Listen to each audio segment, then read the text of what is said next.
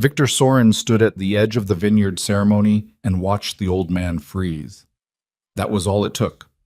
One look at the woman standing near the back row of white chairs, and Roman DeLuca, the man who had put 3 rival bosses in the ground before his 40th birthday, who had rebuilt an entire criminal empire from rubble and nerve, who had not flinched when they pressed a gun barrel to his temple in a parking garage in Baltimore, stood completely still, like something essential inside him had simply stopped working. Victor had planned for many things. He had not planned for Vivian Hart to show up at her own daughter's wedding. His hand moved to the phone in his jacket pocket. His thumb hovered over a name. Then he put the phone away. He needed to see how this played out first. If you've ever watched someone you loved become a stranger across a crowded room, if you know what it means to lose a person who was never really gone, then stay with this story. Subscribe to the channel so you don't miss what happens next, hit that like button, and drop a comment with your city or country. I want to see how far this one travels, because what Roman DeLuca discovered at that vineyard in Napa Valley was going to cost him everything he had spent 28 years building, starting right now. Mom. The wedding had been beautiful in the way expensive things sometimes are, deliberate, controlled, with enough white flowers and afternoon light to make the whole scene feel slightly unreal. Roman had not wanted to come. He had told Marco 3 separate times that he did not attend weddings, did not travel to California for social events, and had no particular interest in watching the eldest son of Gerald Hennessy exchange vows with a woman none of them knew. But Gerald had called in a 20-year favor, and Roman, whatever else he was, paid his debts. So he sat in the 4th row, left side of the aisle, with Marco on his right and 2 men he trusted standing at measured distances behind him. He wore a dark suit that had cost more than most people's monthly rent. He was tan in the way of a man who spent time outdoors, not for pleasure, but because business sometimes required it. His hair had gone fully silver sometime in his mid-50s, and he had stopped resisting it. He was 61 years old, and he looked like what he was. Someone who had survived things that should have killed him and had never quite decided whether that was luck or punishment. The string quartet was playing something soft and forgettable. Guests fanned themselves against the September heat. Roman was watching a yellow jacket navigate the flower arrangement to his left when the murmuring shifted, that particular change in collective sound that means the processional has begun. And he straightened in his chair along with everyone else. The maid of honor came first, then 2 bridesmaids, then a small girl scattering petals with the grave concentration of someone performing surgery. Then the bride appeared at the end of the aisle, and Roman's entire chest seized. She wasn't Vivian. She couldn't be. She was 25 at most, wearing a gown that caught the afternoon light, and Vivian would be 53 now. He knew that. He had calculated it more times than he would ever admit to anyone alive. But the angle of this young woman's jaw, the way she held her shoulders, the particular shape of her eyes, dark and slightly tilted at the corners, with an expression that managed to be simultaneously composed and watchful. Roman had seen that face. He had kissed that face. He had memorized that face in a different decade, on a fire escape in South Philadelphia, in the rain, when they were both young enough to believe that wanting something badly enough was sufficient reason to believe you could keep it. He told himself he was imagining things. Then he looked toward the edge of the assembled guests, where a woman stood slightly apart from the seated rows, near a stone wall draped in ivy, watching the bride with an expression that held something complicated and private and very old. Roman stopped breathing. Vivian Hart was 53 years old, and she was standing 40 feet away from him, and she was real. She turned. Their eyes met. For 2 full seconds, neither of them moved. Around them, the string quartet played. The guests watched the bride. The September afternoon continued its indifferent progress. And Roman and Vivian looked at each other across 28 years of silence, and whatever was left of what they had been to each other. And Roman felt something crack open in his sternum that he had spent the better part of 3 decades convincing himself was scar tissue. Then Vivian turned and walked quickly toward the building behind the ceremony space, and she did not look back. Roman was on his feet before he had consciously decided to stand. Marco caught his arm. "Boss, stay here." Roman said it quietly, the way he said most things, and Marco let go. He followed her. The building behind the ceremony space turned out to be a converted barn that served as the venue's main hall. Stone floors, exposed beams, long tables already set for the reception dinner. It smelled like eucalyptus and candle wax. It was empty. Roman moved through it quickly, checking the side rooms, and found her near an emergency exit at the far end, her hand on the push bar, her back to him.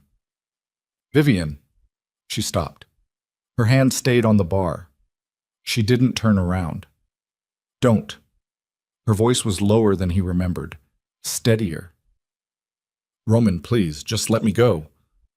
"You've had 28 years of me letting you go." She turned then, slowly, and he made himself look at her the way he would look at anything important. Straight on, without flinching, taking inventory. She was wearing a gray dress, simple, no jewelry except small earrings. Her hair was darker than it had been, but shorter. There were lines at the corners of her eyes and along her mouth, and he found, somewhat to his own surprise, that none of that changed anything. "How did you even get here?" she said. "Gerald Hennessy's son is getting married." Something moved across her face. "You know Gerald?" "I've known Gerald for 20 years. How did you—" He stopped, recalculated. "The bride. That's your daughter." Vivian said nothing. "The girl with your eyes who just walked down that aisle is your daughter." He was working through it the way he worked through everything, methodically, reaching for the shape of the thing. "What's her name?" "Roman, what is her name?" "Claire."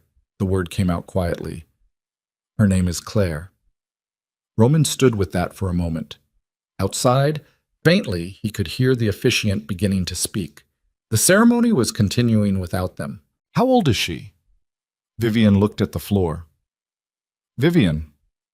27. He did the math immediately. He had always been fast with numbers. It was one of the things that had made him useful early and dangerous later. 27 years old.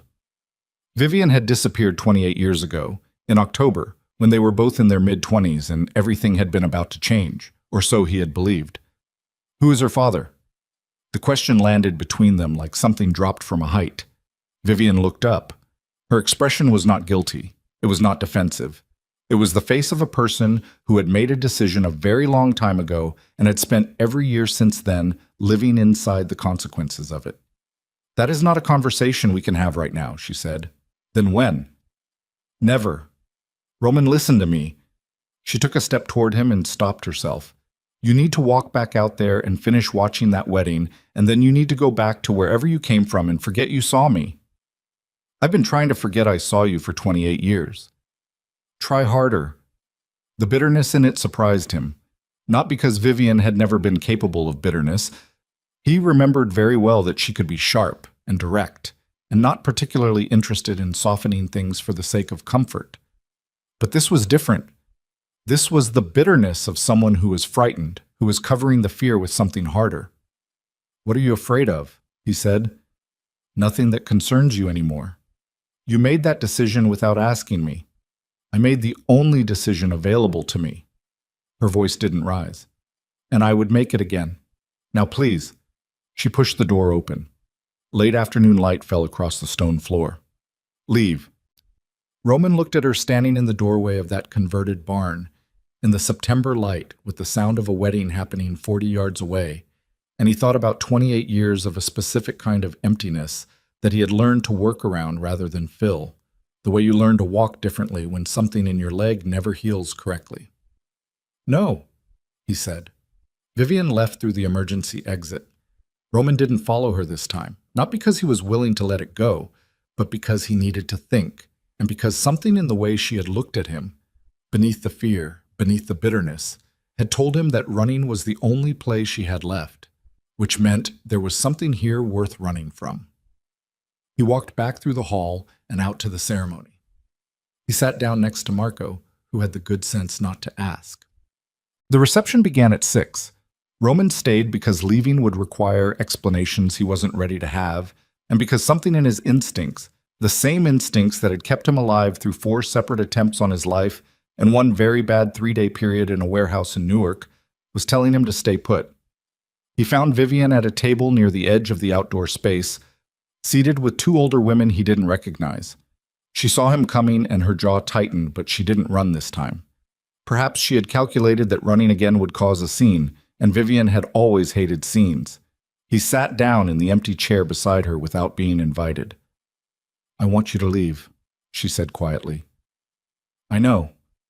He reached for the water glass in front of him. "Tell me about Claire." "There's nothing to tell. She looks like you." Something in Vivian's face softened for just a moment before she controlled it. "She looks like herself." "Where's her father?" The table around them was having some other conversation, something about the centerpieces, about someone's flight home in the morning.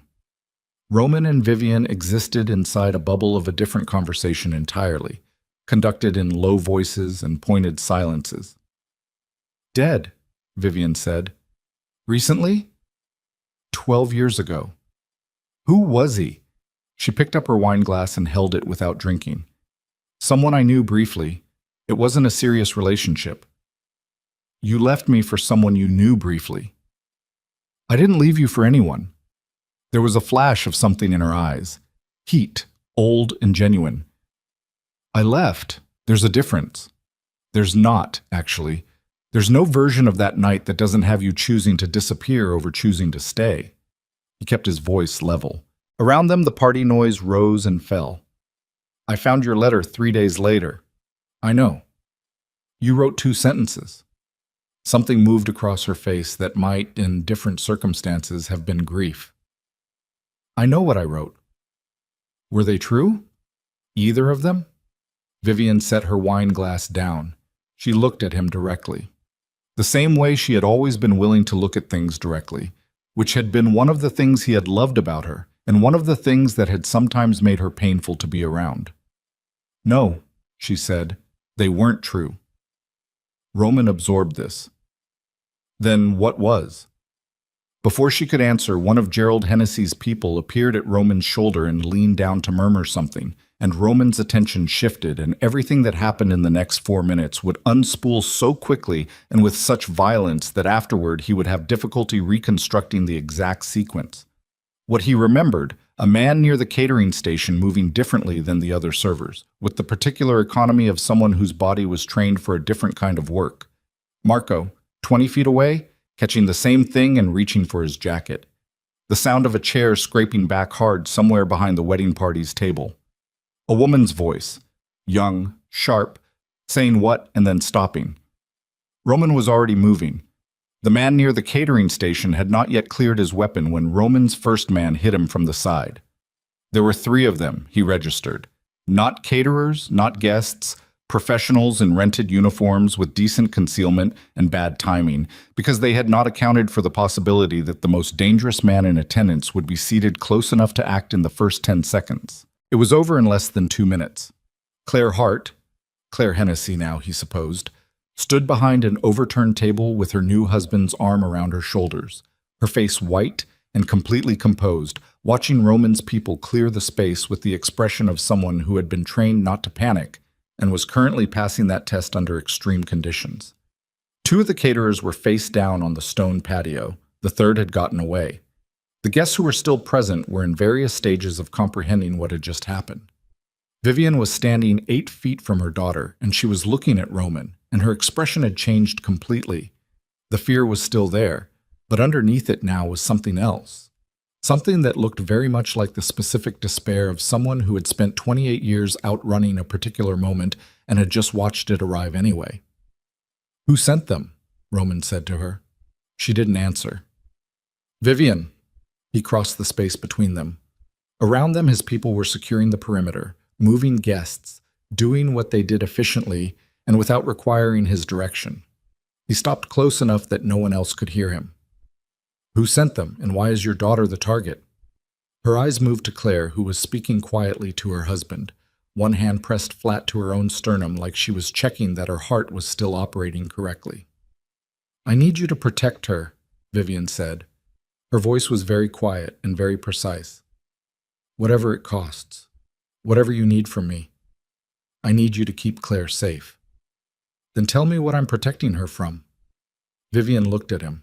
In the gathering dusk, with the sounds of a wedding reception that had just become something else entirely, she looked at him the way she had in that barn doorway, with the expression of a person standing at the edge of something they could not take back once they stepped over it. Her father wasn't just someone I knew briefly, she said. I lied about that. Roman waited. Her father was Dominic Moretti. The name landed with the weight it deserved. Roman had been 19 years old the first time he heard Dominic Moretti's name spoken with fear rather than respect, and he had spent the better part of the next decade watching the Moretti syndicate operate from close enough to understand exactly what it was. Dominic Moretti had been the architect of half the organized crime infrastructure on the eastern seaboard. He had also been, by the time Roman was 25 and beginning to build something of his own, a man with significant enemies. Dominic Moretti had been dead for 11 years. His organization had collapsed within 18 months of his death, consumed by the war that had been waiting inside it for decades. You were with Dominic Moretti, Roman said. It's more complicated than that. It always is. Roman, she stopped herself, looked at Claire again. She doesn't know who her father was. She has never known. And the people who just tried to take her from her own wedding know exactly who she is. She turned back to him. Which means they've found out. Which means she's been found. Found by whom? The Moretti organization is gone. The leadership is gone. Her voice was level, precise. The voice of someone who had been carrying very specific information for a very long time. The people who believe Dominic's bloodline entitled them to something are not. Outside the stone walls of the vineyard, somewhere in the California evening, the third man in a catering uniform was making a phone call. Roman looked at Vivian. He looked at Claire. He did the math again. Not the arithmetic this time, but the other kind. The kind that involved probability and exposure and the particular geometry of a trap that had been waiting decades to close. You're going to tell me everything, he said. All of it, from the beginning. Vivian said nothing for a long moment. Then, very quietly, I know. It was the first true thing she had said to him in 28 years, and it cracked something open in his chest that he wasn't sure he had the capacity to survive. But he had never, in 61 years, walked away from something he needed to understand. He wasn't starting now. They put Vivian in a room at the back of the vineyard's main house, one of the guest suites the venue rented out for wedding parties. Roman's man Caruso stood outside the door not because anyone was a prisoner, but because the third caterer was still out there somewhere, and Roman wasn't interested in losing anyone before he had answers. Claire and her husband, Daniel Hennessy, Gerald's son, 29 years old with the careful eyes of a man who had grown up knowing his father's world without being fully in it, were in the adjacent suite. Daniel was sitting on the edge of the bed with his jacket off and his sleeves rolled up, and he was holding his wife's hand with both of his, and Claire was letting him while staring at a fixed point on the opposite wall with the focused blankness of someone running internal calculations. Roman gave them 20 minutes. Then he knocked. Daniel opened the door and looked at Roman the way young men sometimes looked at him, with the awareness that they were in the presence of something they had heard about but never quite believed was real. I need to speak with your wife, Roman said. She's had a difficult... I know what she's had. Roman kept his voice even. 5 minutes. Claire spoke from inside the room. Let him in, Daniel. Daniel stepped back. Roman entered and remained standing near the door, giving the room its space. Claire was still seated on the edge of the bed. Up close, she was even more clearly Vivian's daughter, the same economy of movement, the same quality of attention, the way her eyes moved to him and stayed there without apology. You're Roman DeLuca, she said. Yes. My mother's mentioned you. That landed somewhere precise and unpleasant in his chest. What did she say? That you were someone she knew a long time ago, that you were important to her. Claire paused. She said it the way people talk about places they can't go back to. Roman looked at this young woman in her wedding dress. The skirt slightly crushed now from crouching behind an overturned table, one of the small pearl buttons at her wrist come loose and dangling. And he made himself think clearly rather than feel, because feeling was the luxury of people whose problems hadn't just sent 3 armed men to a vineyard in Napa Valley. The men who came tonight, he said, have there been incidents before? Anything that seemed wrong? Someone following you? Unfamiliar cars? Anything that made you feel watched? Claire and Daniel exchanged a look. 2 months ago, Daniel said. Outside her studio. A man she didn't recognize parked across the street 3 days running. She reported it? To the police, yes. They said they'd look into it. The tightness in Daniel's voice indicated what he thought of that response. Anyone else? Anyone ask unusual questions about your family, your mother, her history? My mother doesn't have a history, Claire said. She's a landscape architect in Portland. She designs corporate parks and residential gardens. She volunteers at a literacy program on Tuesday evenings. She stopped. Something shifted in her expression. Or that's what I thought. She's also been protecting you, Roman said, from something she's been carrying a long time. Then I think, Claire said carefully, that it's time someone told me what it is. Roman looked at her for a moment. That conversation belongs to your mother. What I need from you right now is to stay in this room with your husband and the man I have outside your door until I come back. And if I refuse, then you're making my job significantly harder and your own situation significantly more dangerous. He said it without heat. Your call. Claire studied him with those dark, tilted eyes. My mother trusts you, she said finally. It wasn't quite a question. She trusted me once. She still does. I could see it when she looked at you. Claire glanced down at her hands. That's actually the most frightened I've ever seen her. Not the men with the guns, you. Roman had nothing useful to say to that, so he said nothing and left. Vivian was standing at the window when he came in, looking out at the vineyard in the dark. Someone had brought her tea, and it sat untouched on the table near the bed. Marco was in the corner, which Roman addressed first. Give us the room. Marco left without comment. Roman pulled the chair from the writing desk and set it in the middle of the floor and sat down, which put him lower than Vivian and made it a different kind of conversation than the ones they'd been having all day. Less confrontational, more like two people trying to get somewhere rather than two people managing a perimeter. Sit down, he said. Vivian turned from the window. She looked at the chair he'd pulled from beside the bed, and she sat on it, and now they were 4 feet apart in a hotel room that smelled like cedar and somebody's perfume, and 28 years were doing what they always do. Not disappearing, but compressing, until they took up less space than they should. Tell me about Dominic Moretti, Roman said. Vivian folded her hands in her lap. What do you know about him? What everyone knows. He built the syndicate from a regional operation into something that touched 6 states. He was intelligent, patient, and genuinely brutal when he needed to be.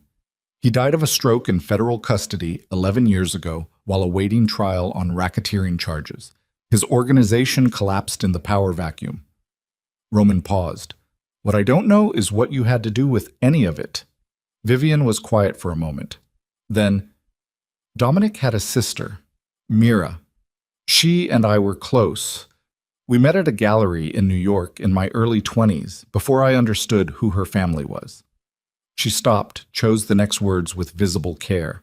By the time I understood, I was already embedded in that world without having chosen it. Mira was my friend. Her brother became aware of me, and Dominic Moretti didn't let things he became aware of simply drift away. He was with you against your will? It wasn't that clean. She said it without embarrassment, with the flatness of someone who had long since made peace with the complexity of something terrible. He was interested in me. I was navigating a situation with very limited options, and I made choices I'm not proud of in order to stay safe. And then I met you. She looked at him directly. And for the first time in 2 years, I felt like there was a way out. Roman remembered that year. He had been 25 running small operations for a man named Corelli, who would be dead within 18 months, building the connections and the reputation that would eventually become something larger. He had met Vivian at a benefit for some arts organization. He could no longer remember which one, only that the room was full of people pretending to care about paintings, and he had been pretending too. And then there was Vivian Hart in a green dress who was emphatically not pretending anything and had told him within 8 minutes of meeting him that he had the face of someone who was waiting for a conversation worth having. He had not been the same after that. He had told himself many times in the subsequent decades that this was weakness, sentimentality, the kind of mistake you learned from. He had never quite believed it. Dominic found out about you, he said. not a question. Yes. He threatened you. He told me that if I continued seeing you, you would be killed. She said it the way you say things that have been said inside your own head so many times they've become factual rather than frightening. He was specific about it. He had people watching us. I don't know for how long. He knew things about you, the operations, the contacts. He said he would give everything to your enemies and then have what was left of you removed. Roman absorbed this. You believed him.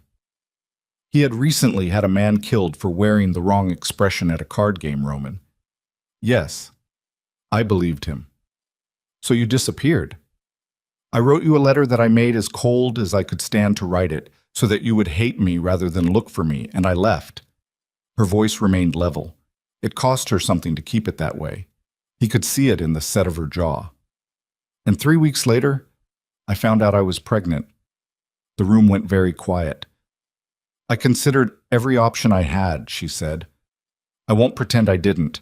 And I determined that the safest thing for the child and for you was for Claire to not exist as far as anyone in that world was concerned. I moved to Portland. I lived carefully. I told Claire her father was a man who died before she was born, which was true enough, just not about the right man. You let me believe you chose to leave me. Yes. For 28 years. Yes. Roman stood up. He moved to the window and stood where she had been standing, looking out at the dark vines in rows that seemed to go on longer than they could possibly go on. His hands were in his pockets. His jaw was tight. The people who came tonight, he said, they knew who Claire was. Somebody found out. I don't know how. Claire has her father's eyes, not Dominic's. Dominic's father's, they skipped a generation. If someone who knew the family well enough saw her, she stopped. The wedding announcement was in a Portland paper, with a photograph. So, someone who knew what Dominic Moretti's bloodline looked like saw a newspaper photograph of a bride in Portland and put it together. That's my best guess. And came to take her. Roman turned back. Why take her? What does she represent to them? Dominic had a son by his wife, Luca. Luca died in the war that followed Dominic's arrest, shot by his own people in a dispute over succession. There's no legitimate male heir in the Moretti line. Vivian met his eyes. There are people who believe the syndicate can be rebuilt under the right banner. A biological daughter of Dominic Moretti, particularly one who has lived outside the life, who is clean, who could be presented as a symbol, would be worth something to them. Worth taking her from her wedding. Worth anything. Roman stood with this. Outside somewhere, one of his men was on a phone. He could hear the low sound of it through the wall. Not the words, just the tone of something operational being managed. Who knows about Claire, he said. In the organization. Yours, mine, anyone's. No one in mine. I don't have an organization. I designed gardens. The edge in it was tired rather than sharp. In the Moretti world, I told no one. Mira died 8 years ago. Dominic's wife knew I existed, but not about the child. As far as I was aware, no one connected to the syndicate knew Claire was his daughter. As far as you were aware. Yes. Roman crossed his arms. Someone knew. Someone found out. Those are two different things. Vivian looked at him. What do you mean? Finding out from a newspaper photograph is one thing, but to move that fast, to have 3 men in position at a wedding in the right uniforms with the right credentials, that's not reaction time. That's preparation. He watched her process this. Someone had advanced knowledge that Claire would be at this wedding, possibly knew who she was before the photograph. He saw the moment it landed. Vivian's face didn't crumble. She was not someone whose face crumbled, but something behind her eyes went very still. The wedding was planned for 8 months, she said slowly. Who knew you were coming? Claire, Daniel, Gerald Hennessy's family. She stopped. And whatever database the venue uses for its guest list. And anyone who had access to my travel arrangements. Roman was already moving toward the door. Which narrows it. Roman, stay here. Don't open the door for anyone except Marco. He stopped with his hand on the door. Caruso will be back outside in 2 minutes. Do not leave this room. He went to find Marco. Count. Marco Vitale had been with Roman for 19 years and had the manner of a man who had long since stopped being surprised by things but had not yet stopped being competent. He was 51, heavy-set, with a face like a geographical feature, permanent and not particularly concerned with your opinion of it. Roman found him in the hallway with his phone in his hand and an expression that Roman recognized as the face Marco made when he was already ahead of a problem and waiting for Roman to catch up. "Talk," Roman said. Third man made a call from a burner 12 minutes after he left the property. Cell tower puts him 4 miles east on the highway. Gone. Marco put the phone in his jacket pocket.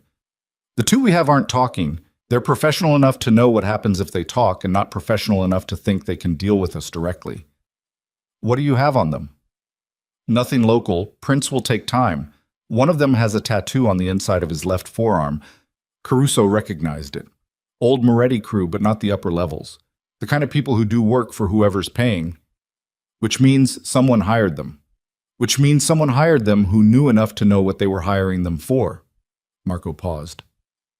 "How'd they know she'd be here, Roman? We kept travel quiet." "That's what I'm working on." Roman looked at the wall for a moment. "Who scheduled this trip?" Marco was quiet for exactly 2 seconds. The 2 seconds of a man arriving somewhere he didn't want to arrive.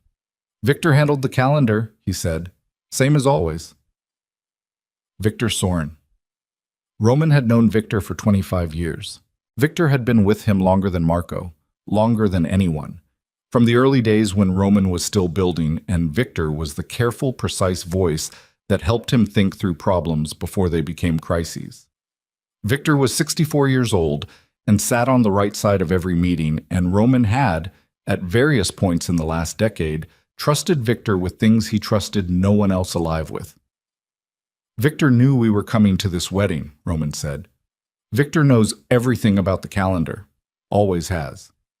Marco met his eyes. "You think—" "I think 3 men showed up to this wedding in uniforms that required advanced planning, with credentials that got them past security, and the only way to arrange that was to know well in advance that this was happening." Roman's voice was very even, the way it got when he was controlling something that wanted to be something else. "And I think I need to have a conversation with Victor." "He's in New York." "Then get him on the phone." Marco was already dialing. The call connected on the 3rd ring. Victor's voice came through, measured, a little rough at the edges the way it had gotten over the last few years, with the cadence of a man who had spent decades being the steadiest person in whatever room he was in. "Roman, I heard there was an incident." "How did you hear?" A brief pause. "Caruso checked in with the main office. Standard protocol." "When?" 40 minutes ago, perhaps. "Is everyone safe?" "Everyone is safe." Roman watched Marco's face while he talked, using Marco's expression as a second reading on the conversation. "Victor, I need you to do something for me." "Of course." "I need you to go back through the calendar entries for this trip. Everything related to the Hennessy wedding. I need to know who had access to those files and when." Another pause, slightly longer than the first. "You think there was a breach?" "I think 3 men in catering uniforms knew exactly which wedding to show up at." "Yes. I think there was a breach." "I'll look into it personally." "Tonight, Victor." "Tonight," Victor agreed. "Roman, the woman. Vivian Hart. Is she there?" Roman's hand tightened on the phone, just slightly, just enough that Marco, watching him, noticed. "Why do you ask?" "Caruso mentioned she was present. I recalled the name from a long time ago." Victor's voice was careful and smooth and entirely natural. "I wanted to make sure she was also safe." "She's fine," Roman said.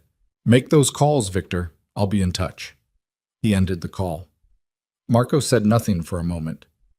"He knew her name," Roman said. "Caruso could have mentioned it. Caruso didn't know her name. Caruso knows she's a woman who was present." Roman put the phone in his pocket. "The only people who know her name are me, you, the 2 of us in that suite, and Gerald Hennessy's immediate family." He looked at Marco. Victor knew her name. Marco's face had gone into that particular neutral that meant he was thinking something he wasn't yet willing to say. "Call Benedetti in the city," Roman said. "Tell him I want eyes on Victor. Not contact, eyes. If Victor knows we're watching, Victor has known every move I've made for 25 years. Roman started walking back toward Vivian's room. It's past time I returned the favor. Oh. He told Vivian what he'd found. Not everything. Not the specific suspicion about Victor, not yet, because he needed more than a phone call before he was willing to say the name of a man he had trusted with everything allowed in the context of betrayal. But he told her about the timeline, the credentials, the advanced planning. Vivian listened without interrupting. When he finished, she was quiet for a moment. "You have someone inside your own organization," she said. "Possibly. Not possibly." Her voice was flat, not unkind, but certain. "Roman, someone who knew you would be here, who knew I would be here, who had enough time to prepare this. That's not an external leak. That's someone close." "I know what it is." "Then you know what it means." She looked at him steadily. "It means whatever they intended tonight. The fact that it failed doesn't make anyone safer. It just makes whoever ordered it aware that they need to try again. Which is why we're not staying here. Where are we going?" "Somewhere I choose in the next 10 minutes rather than somewhere someone else has had 8 months to prepare for." He stood. "Get your things, whatever you have here." "I have a bag in the car. Marco will get it." He moved to the door, stopped, turned back. "Vivian." She looked up. "The letter you wrote me," he said. "The 2 sentences." Something in her face shifted. "You said you didn't love me, and you said you'd never loved me." He kept his voice level with some effort. "Those were the 2 sentences." Vivian held his gaze. "Yes. And you said tonight they weren't true." "No," she said quietly. "They weren't true." Roman stood with that for a moment. 28 years of a specific wound, of a story he had told himself about what he was and what he deserved and what happened to men who allowed themselves to want things outside the life they'd built. All of it resting on 2 sentences that had been a lie. "Okay," he said. He went to get Marco. Mafia. They moved within the hour. Claire and Daniel in one vehicle, with Caruso and 2 others, Vivian in a second vehicle with Roman and Marco. They drove north on back roads toward a property Roman kept under a separate name in Sonoma County, 40 minutes away, that appeared in no documentation connected to him or anyone who worked for him. It was the kind of place he had spent years acquiring and rarely used because the value of a safe house was directly proportional to how few people knew it existed. He had told 3 people about this property in all the years he'd owned it. Marco was one of them. Victor Soren was another. Roman drove and did not mention this, and in the dark of the car, Vivian sat beside him and also said nothing, and the road unwound ahead of them through the vineyards that smelled like late summer and something fermenting at the edge of ripeness, and Roman's phone buzzed once with a text from Benedetti. He checked it at a stop sign. Subject left residence 9:47 p.m. Not heading to office. Unknown destination. Victor had left his apartment an hour after their phone call and was going somewhere that wasn't work. Roman put the phone away and kept driving. In the back seat of the second car, Claire Hennessy, who had married this morning in a vineyard under September light, who had wanted none of this and deserved less of it, pressed her face into her husband's shoulder and did not cry, because Vivian Hart had raised a daughter who did not cry when she was frightened. She saved it for when she was safe. And safe was somewhere none of them had arrived at yet. Roman pulled through the gate of the Sonoma property as the clock on the dash read 11:43, and behind him the second car followed. And somewhere in the dark between here and the city, a man who had sat at Roman's right hand for a quarter of a century was moving towards something that Roman DeLuca did not yet have the full shape of. But he was beginning to see its edges, and the edges were enough to tell him that by morning there would be no version of this that ended without someone's world coming completely apart. The property in Sonoma was a low stone house set back from a private road behind a stand of eucalyptus trees that smelled like camphor and dry earth. Roman had bought it through a shell company 11 years ago and had spent a total of perhaps 30 nights there across all that time. It had 3 bedrooms, a kitchen that was adequately stocked because someone came monthly to maintain it, and a security system that was considerably more sophisticated than the house's modest exterior suggested. He put Claire and Daniel in the back bedroom. Caruso and a man named Fitch took rotating positions outside. Marco sat up at the kitchen table with his laptop and his phone, and the particular focused silence of a man doing work he was good at. Roman stood in the living room and looked at the wall. It was 12:20 in the morning. The day had begun in a vineyard with a string quartet and ended here, in a safe house that two of the three people who knew it existed might now represent a threat. He had not slept. He was not tired in a way that sleep would address. Vivian came and stood in the doorway of the living room. She had changed out of the gray dress into clothes from her bag: dark jeans, a plain shirt, flat shoes. She looked less like a woman at a wedding and more like herself, or what he imagined herself to be now, after all the years of becoming someone he hadn't been present for. "Daniel wants to call his father," she said. "Gerald knows we're in the area.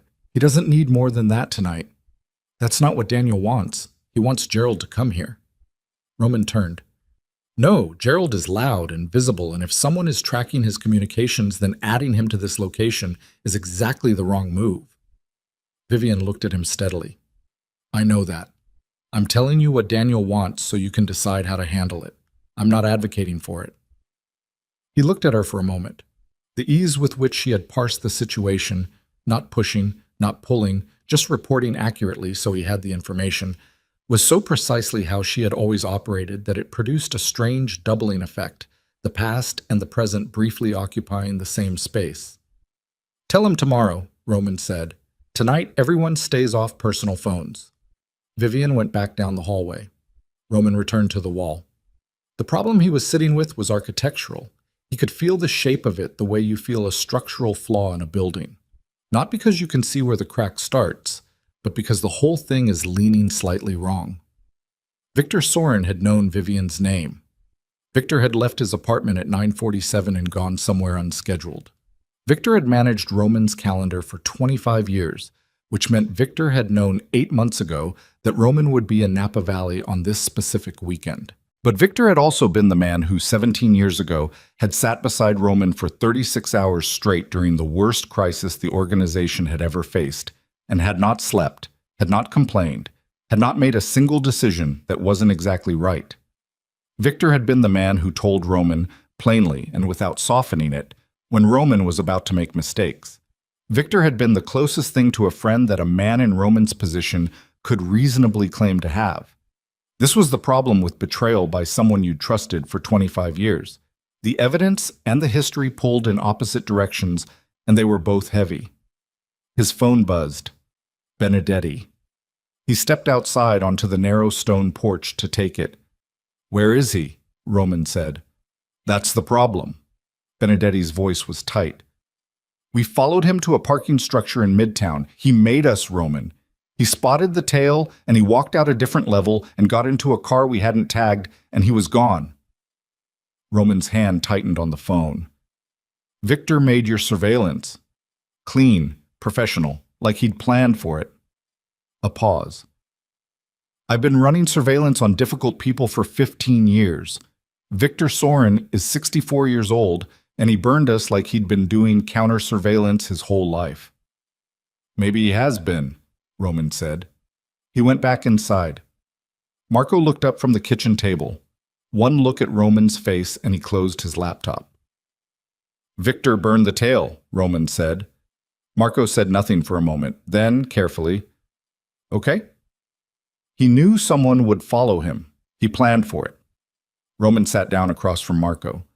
"How long have you known Victor?" 19 years. "In 19 years, has he ever given you anything to go on?" Marco was quiet. The refrigerator hummed. Outside, somewhere in the eucalyptus, something moved. "Once," Marco said. "Maybe 6 years ago. I mentioned to Victor that I was going to recommend someone for promotion. A kid named Reyes, who I thought was ready. Victor talked me out of it, said Reyes wasn't reliable, gave me 3 reasons." Marco's hands were flat on the table. A month later, Reyes was gone, transferred to a different arm of the operation. Nothing to do with Victor officially, but I always thought the timing was off. What happened to Reyes? He's still around, running a mid-level crew in Baltimore, loyal, competent. Marco met Roman's eyes. "The reasons Victor gave me for why he wasn't ready were all wrong. I know that now. Victor kept him away from you, Roman said. From both of us. From the inner circle. Marco breathed out slowly. Someone who was loyal but not beholden to Victor. Someone Victor couldn't read as well. They sat with that. He's been doing this a long time, Roman said. It wasn't a question. Sounds like it. Managing who gets close, managing information, managing... Roman stopped. Something cold moved through him. Managing me. Marco said nothing. The isolation, Roman said slowly, working it out the way you work out something that explains too much at once. The last 10 years. The people I stopped trusting, the alliances that fell apart, the judgment calls that seemed right at the time. He stopped again. Victor was in every one of those conversations. Roman, how many of those decisions were mine? The silence that followed was the most uncomfortable one Marco had produced in 19 years of mostly uncomfortable situations. Roman stood up. Wake me if anything moves. I need 2 hours. He didn't sleep. He lay on the bed in the smallest bedroom and stared at the ceiling and rebuilt the last 25 years from the outside, looking for the seams and found more of them than he was prepared to find. So, at 4 in the morning, Claire knocked on his door. He was already awake and sitting on the edge of the bed when she opened it. She stood in the door frame in borrowed sweatpants and a shirt that was probably Daniel's, her dark hair loose, her feet bare on the stone floor, and looked at him with her mother's directness. I want to know who my father was, she said. That's your mother's conversation to have. My mother has been having it with herself for 27 years and no one else. Claire came into the room and sat in the chair near the window. 3 men tried to kidnap me at my own wedding. I think I've earned the right to know what I'm part of. Roman looked at her. She was composed. Not calm exactly. There was a current underneath the composure that she was managing with some effort. But she was upright and present and asking a direct question, and he found he didn't have a good argument for keeping the answer from her. Dominic Moretti, he said. Claire's face didn't change for a moment. Then, the organized crime? Yes. The man who died in federal custody? Yes. She was quiet for a long moment. He watched her do what Vivian did, take the information in, hold it, process rather than react. The genetic echo of it was uncanny and quietly devastating. Does that make me... She stopped. Started again. Do I have some kind of claim on something? Is that what this is about?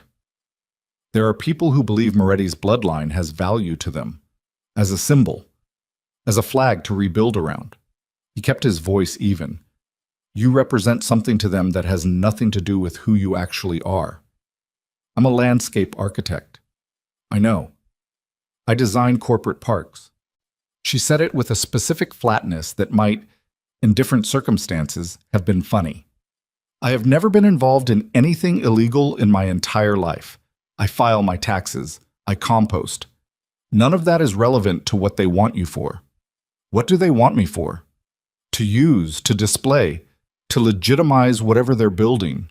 He leaned forward, elbows on knees. Claire, the men who came tonight didn't want to hurt you.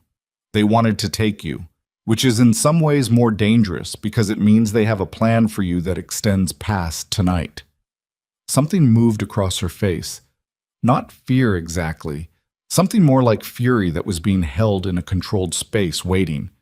How do we stop them, she said, by finding who sent them before they can send someone else. Do you know who sent them? I have a strong suspicion. Is it someone inside your organization? He looked at her. What makes you ask that? Because the alternative is that Moretti's remaining people are organized and well-funded and capable of planning this kind of operation independently, and that seems like a bigger problem that you'd be treating differently. She held his gaze. So it's inside. Roman was quiet for a moment. Go back to sleep.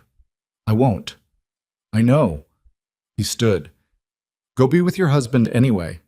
Claire stood too. She was taller than Vivian, lean in the way of people who were active rather than careful about it. She paused near the door. Mr. DeLuca. Roman. Roman. She seemed to be working through something. My mother spent my entire life making sure I never knew what I was running from. She moved us twice for reasons she didn't explain. She never dated anyone, never let anyone get close, never talked about my father except to say he was gone. She looked at the floor briefly and then back up. She did all of that alone. I know. She didn't have to. There was something hard and clear in her voice. She could have told you. You could have helped her. Instead, she carried it by herself for 28 years because she was trying to protect everyone, and she didn't trust anyone to protect her back. Roman said nothing. I'm not angry at her, Claire said. I want to be clear about that. I understand why she did it. She paused. But I think you should know what it cost her, since you seem to be the reason she paid it. She left. Roman stood in the empty room for a long moment. Then he went back to the kitchen, because there was nothing to do with what Claire had just said except carry it, and the kitchen was where the work was. Home. The call from Benedetti came at 6:47. Roman took it on speaker at the kitchen table with Marco beside him, both of them with coffee, the early light coming gray and thin through the windows over the sink. We found the car Victor used, Benedetti said. It was a rental under a name that traces back to a holding company. We're working the holding company now, but it's layered, going to take time. Where was the car found? Abandoned in a parking structure in Queens. He switched vehicles at least once, probably twice. Whoever taught him to move like this, Roman, this isn't improvised. This is trained. Roman and Marco exchanged a look. One more thing, Benedetti said. His voice shifted, a slight flattening of tone that Roman recognized as the particular quality of someone about to deliver something they'd rather not deliver. We pulled the communications logs from the main office, the access Victor had to the calendar system, the travel arrangements. We found a secondary access point, a mirror account. It wasn't just that Victor could see the files. He was copying them, Roman said. Copying and forwarding, encrypted relay, which is why it didn't flag in routine sweeps. We traced the relay back 18 months before we lost the thread in a server cluster in Eastern Europe. Benedetti paused. Roman, this has been going on for a long time. The mirror account is 3 years old minimum, and the encryption is not something someone learns off the internet. This was built for him, or he had help building it. He has a technical partner, Marco said. Or a handler, Roman said. The word landed in the kitchen like something dropped on a hard floor. You think someone's been running him? Marco said. I think Victor Soren at 64 years old does not independently build encrypted data relay systems. Roman's voice was very quiet. Someone built this for him. Someone who had an interest in what he was collecting. He looked at Marco, which means this isn't Victor going rogue. This is Victor as part of something larger. Benedetti said, There's more. Say it. The communications we could decode, but partial, maybe 30%, we found references to a specific target, references going back 2 years. A pause. The target is described only as the Heart Woman. The kitchen went completely silent. They knew about Vivian, Marco said slowly. They knew about Vivian 2 years ago, Roman said. Before the wedding, before the newspaper photograph, before any of this. He stood up from the table. The photograph wasn't how they found out about Claire. It was a confirmation. They already knew. Which means Victor already knew, Marco said. 2 years ago, Victor knew about Vivian and knew she had a daughter. How? Roman said. He was moving now, walking the length of the kitchen and back, because standing still was no longer something his body could manage. How did Victor know about Vivian? I didn't know. I didn't know where she was. I didn't know she had a child. I knew nothing. How did Victor know 2 years ago what I didn't know until last night? Marco said very carefully. Because Victor knew all along. Roman stopped walking. If Victor was connected to whoever was interested in the Moretti bloodline, and someone's been running him for years, then the question isn't how Victor found out about Vivian. Marco's voice was steady and precise, and not entirely without compassion. The question is whether Victor already knew about Vivian in the past, before she disappeared, before any of this. The thing that had been leaning wrong in the structure of the last 28 years tilted further.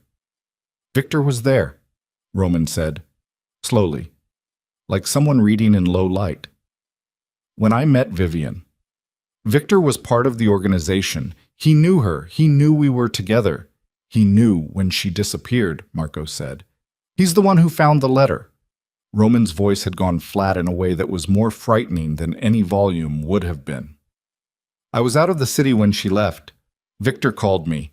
Victor told me she was gone, and he drove me to the apartment, and the letter was on the kitchen table, and Victor stood behind me while I read it. The silence stretched. Roman. The letter was already there. Roman turned. His face was completely controlled, which was the most dangerous version of Roman DeLuca's face. Victor drove me to the apartment. Victor stood behind me. The letter was already there. He stopped. Or Victor put it there. Marco said nothing. Get me Victor on the phone, Roman said. He's not answering. I know he's not answering. Call anyway. Every number, every device. And then I want you to call every person in this organization who I trust independently of Victor's recommendation, and I want them moving toward California, because by tonight I'm going to need them. Marco was already on his phone. Roman went to find Vivian. She was in the kitchen alcove with her hands around a coffee cup, looking out the narrow window at the eucalyptus in the morning light. She heard him come in and turned, and something in his face made her set the cup down. What happened? She said. Victor knew about you, Roman said. 2 years ago. References and communications we've decoded. He knew you existed, knew you had a daughter, and I think... He stopped, started again. I think he might have known about you 28 years ago, when you disappeared. Vivian went very still. The letter, Roman said. You wrote a letter. I left it on the kitchen table. Victor was the one who told me about it. He was the one who took me to the apartment you and I shared, that Victor had access to because he had access to everything in my life. He watched her face work through it, not slowly, quickly, with the precision of a mind that processed rather than felt in the first instance. He watched her reach the same place he had reached. Victor got to Dominic, she said. Her voice was barely above a murmur. Or Dominic got to Victor. One or the other. Dominic knew about you. He threatened me through you. She pressed her fingers flat against the counter edge. If Victor was connected to Dominic, if someone had gotten to Victor even then, they would have known. Known about both of us. Known that I was the most effective pressure point. They needed you to disappear, Roman said. Not because of Dominic's feelings about our relationship, because if I stayed, Vivian said, I might have told you about Dominic, about the Moretti connection, and you would have done something about it. She looked up. You were 25 years old and already frightening. If someone told you that Dominic Moretti had threatened the woman you loved, you would have gone directly at him. Yes. And if you had gone directly at Dominic Moretti at 25, you might have survived it, or you might not. But either way, the power balance on the East Coast shifts. Dominic's position becomes unstable. His operation becomes vulnerable. Her voice was very controlled. Victor needed Dominic stable. He needed you isolated, and he needed me gone. He engineered it, Roman said. The threat from Dominic was real. Dominic was capable of it, but someone helped it along. Someone made sure the pressure went where it needed to go, made sure you left, made sure the letter was found. Victor forged the letter, Vivian said, or replaced it. Or... She stopped, picked up her coffee, put it back down without drinking. I wrote the letter, Roman. I left it on that table. I wrote it myself. What did your letter say? Vivian was quiet. What did your letter say? He repeated. It said that I was scared, that I was sorry, that I couldn't explain but that I was leaving and I needed him not to follow me. Her voice had gone very flat. It said that I loved him and that I was leaving anyway because there were things bigger than what we had. Roman stared at her. That's not what the letter I found said. They looked at each other. He switched it, Roman said. He let you go, let you actually leave, and then he went to the apartment before I got back, and he took your letter off the table and he put something else down, something that would make sure I didn't follow you, something that would make sure I hated you instead of looking for you.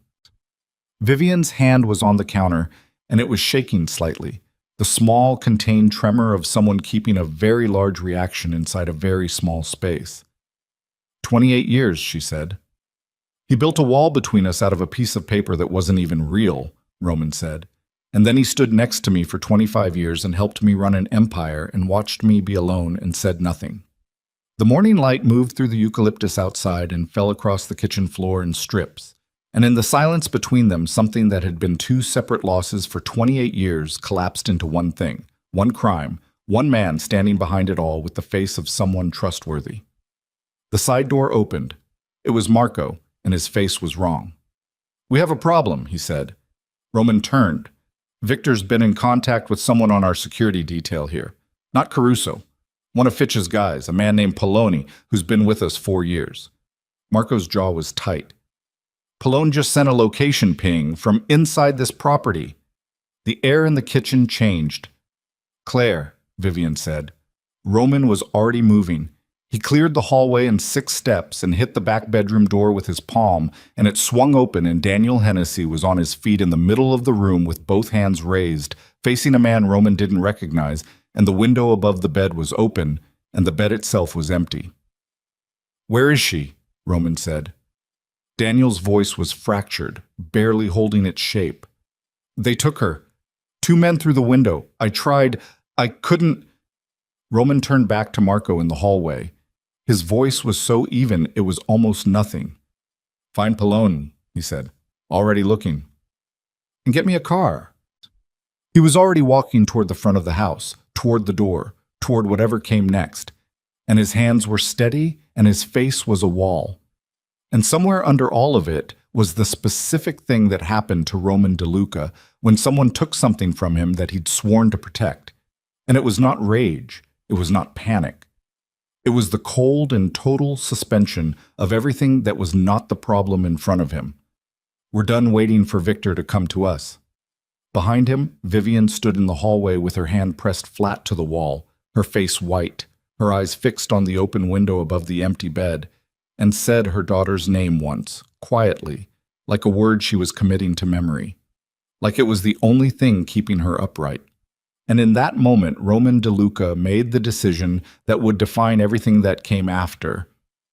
Not because it was the right move strategically, not because the numbers added up, but because he looked at Vivian's face in that hallway and understood, in the deepest and most irrevocable way, that he had already lost 28 years to one man's manipulation. He was not losing another hour. Poloni was found in the equipment shed behind the main house with zip ties on his wrists and a phone in his jacket pocket that wasn't his. He'd been put there neatly, not roughed up, not panicked, just restrained and left, which told Roman that whoever had come through that bedroom window had not wanted complications, had wanted the job done clean and fast and gone before anyone noticed the seams. They had been in the house. They had been inside the perimeter while Roman was in the kitchen talking to Vivian about a forged letter, while Marco was on the phone, while Caruso was watching the front.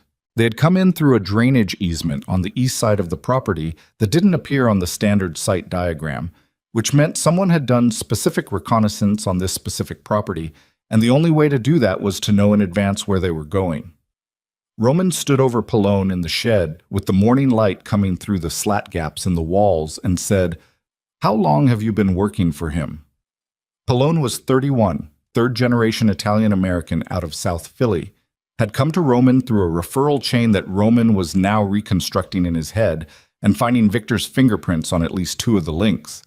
He looked up with the expression of a man who had made a calculation and understood what it had cost him. 8 months, Polone said. "What did he have on you?" A pause. "My brother." "Where's your brother now?" "Safe. Victor said he'd stay that way if I—" "Victor lied to you," Roman said. "Write that down somewhere you won't forget it." He left Polone in the shed with Caruso and went back to the car where Marco was waiting with a tablet showing a map of the county and 3 marked locations. "Polone's phone," Marco said.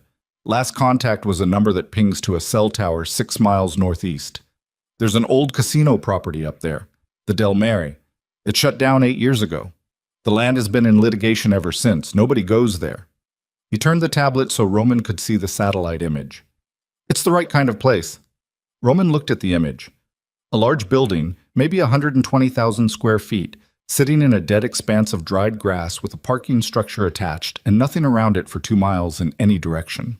How many men do we have available within an hour? He said. Reyes is 40 minutes out with 6 men. Benedetti can be here in 90. Call Reyes. Roman got in the car. And call Benedetti anyway. Tell him to move. Vivian was in the back seat. Roman looked at her once and she looked back, and neither of them said anything, because there was nothing to say that improved the situation, and Vivian had apparently made the same calculation. She's alive, Roman said. They need her alive. I know, Vivian said.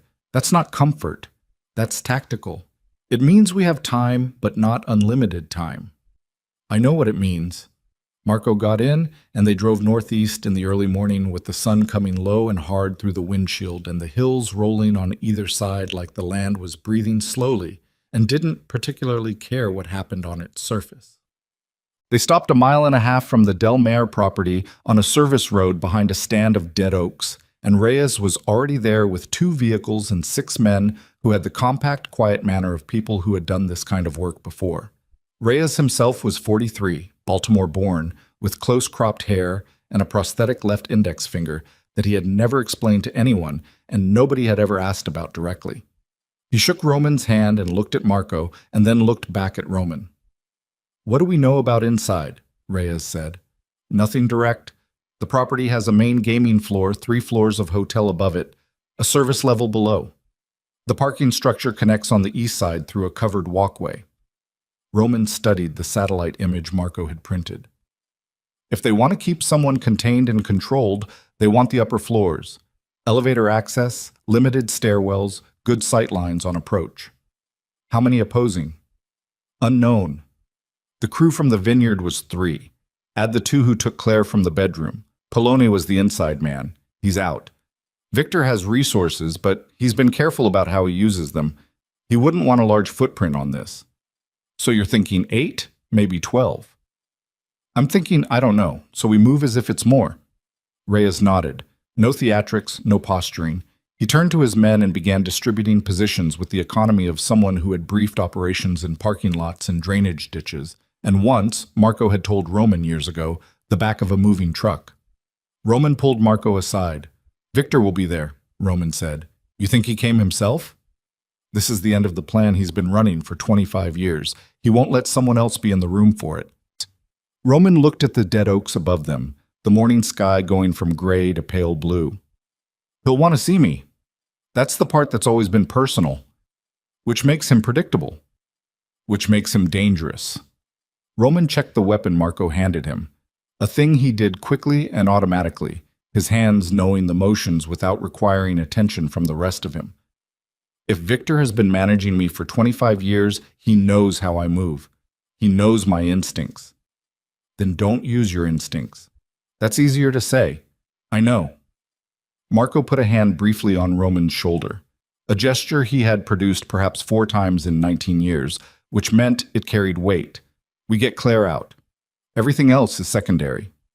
Not everything, Roman said. Marco looked at him.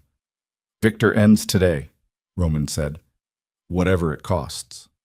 They went in at 7:42 in the morning from 3 directions simultaneously, moving fast and low across the dead grass that crackled under their feet like static, and the Del Mar casino rose in front of them against the California sky with its dark windows and its shuttered marquee and its faded architectural pretension.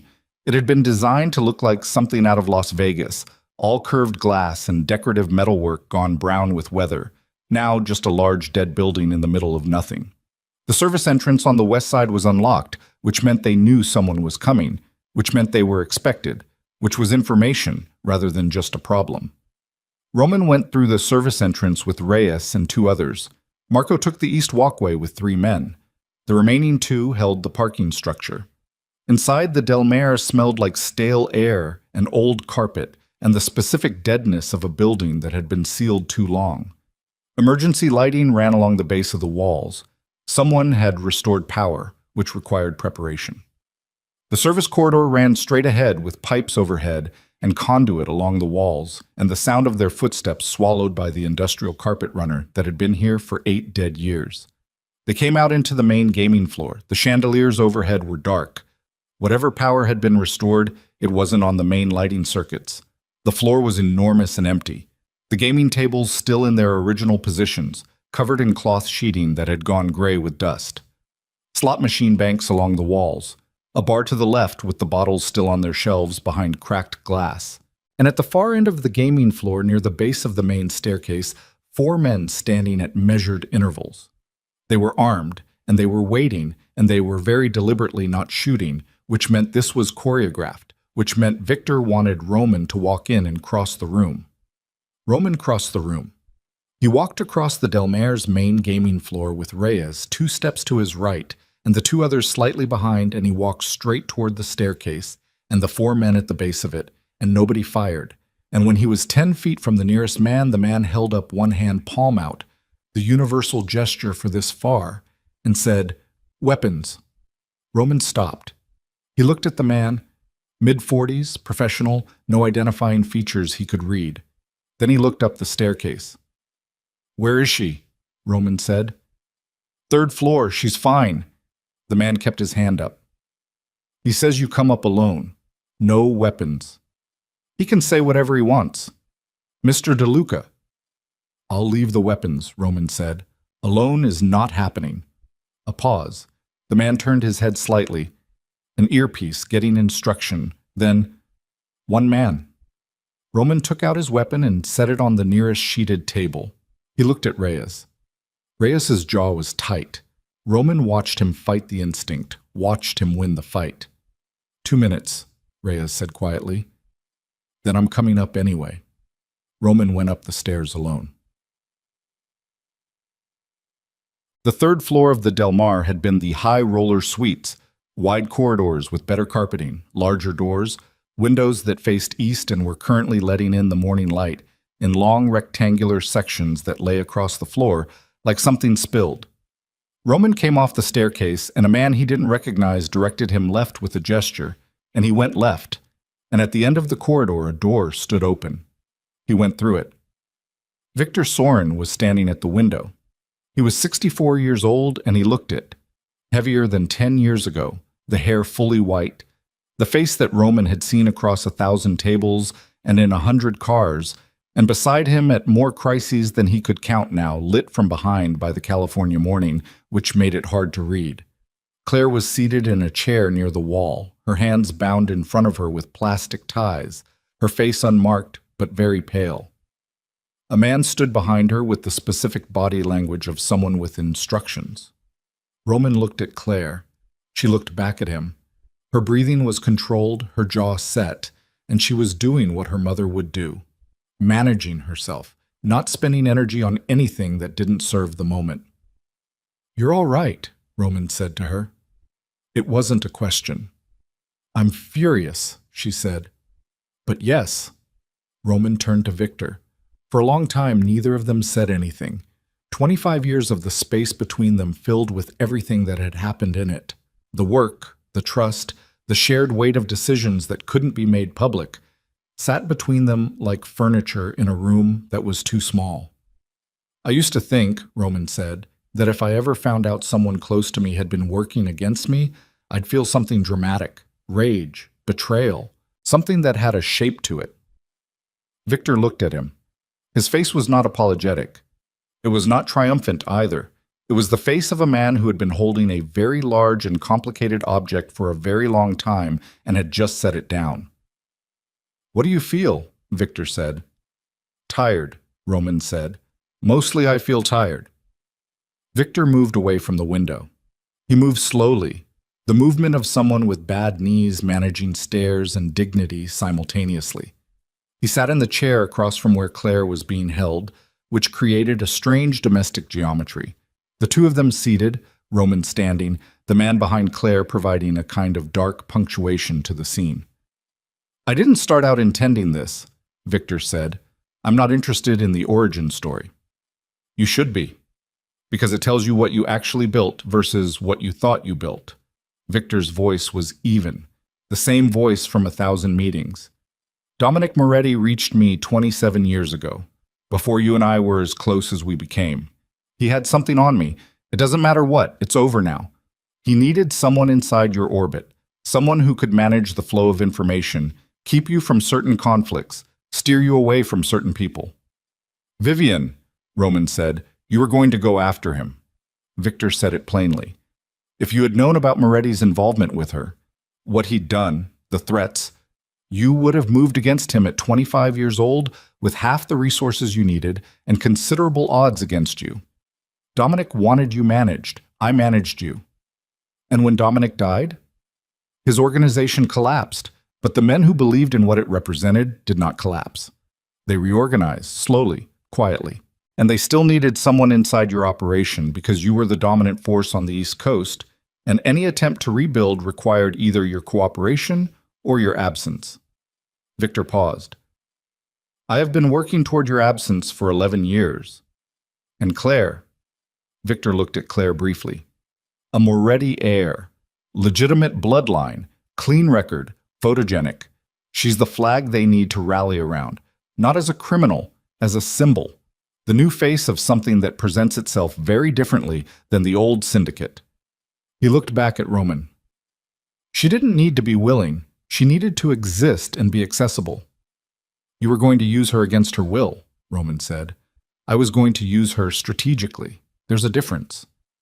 There isn't, actually. Roman used her words from the previous night without meaning to and felt the echo of it.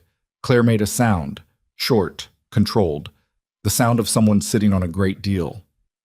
Here's the thing, Victor. Roman took a step closer. You managed me. 25 years of managing who I trusted and what I knew and how isolated I stayed. You're right that you were good at it. Another step. The man behind Claire tensed. But you made a mistake 3 days ago. Did I?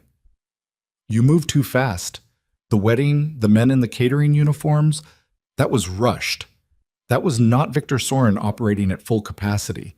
That was Victor Soren reacting to something he didn't expect. A very slight tightening around Victor's eyes. The newspaper photograph, Roman said. You saw it 2 weeks ago. A bride in Portland with Dominic Moretti's grandfather's eyes. You'd been sitting on the knowledge of Claire's existence for 2 years, watching, waiting, building toward your timeline. And then her face was in a newspaper attached to a wedding date, and your people panicked, and you let them move before you were ready. The timeline accelerated, Victor said, flatly. Not admitting error exactly, acknowledging fact. Which means the plan isn't finished. Roman stopped 2 feet from Victor's chair. Which means whoever you're building this for doesn't have what they need yet. Which means Claire is still useful to them rather than already transferred. Which means we're still in the window where this can go differently. Victor looked up at him. Something behind his eyes, some calculation, was still running. Or, Victor said, we're in the window where I make one call and 3 men come through that door and the window closes.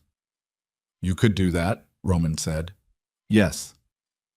And then you'd have a problem, Roman said, because Reyes is on the 2nd floor right now with 6 men, Benedetti is 11 minutes out with 9 more, and the 2 men you positioned in the parking structure have already been removed. He watched Victor's face. I let you think I came in under your terms. I didn't come in under your terms. I came in because I wanted to be in this room, and now I'm in this room, and the call you were going to make is not going to produce what you think it's going to produce. The silence that followed had a specific texture, the silence of a man recalculating and not liking what he finds. The man behind Claire moved. He moved toward Roman rather than away, which was the wrong instinct handled with professional speed. And Roman caught the arm as it came and used the momentum rather than fighting it, and drove the man sideways into the wall with enough force that the plaster cracked, and the man's head snapped back, and he went to the floor with a sound that was not dramatic and was not cinematic, and was just the sound of a human body meeting a surface at the wrong velocity. Victor was on his feet. He had a gun. Of course he had a gun. Victor Soren had always been the most prepared man in any room. He held it with the steadiness of someone who had held guns before, which Roman knew he had, and it was pointed at Roman's chest, and the distance between them was 6 feet, and Roman stood still. I don't want to do this, Victor said. I know you don't. Roman kept his voice level.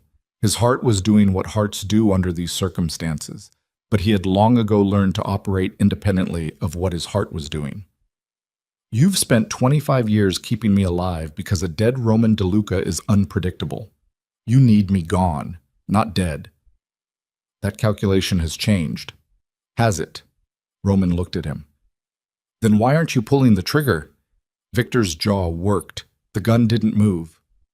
Because you still need me for something, Roman said. What is it? A long pause. The morning light moved across the floor. Somewhere below them, the building settled. The financial infrastructure, Victor said. Finally. The way you say something that costs you.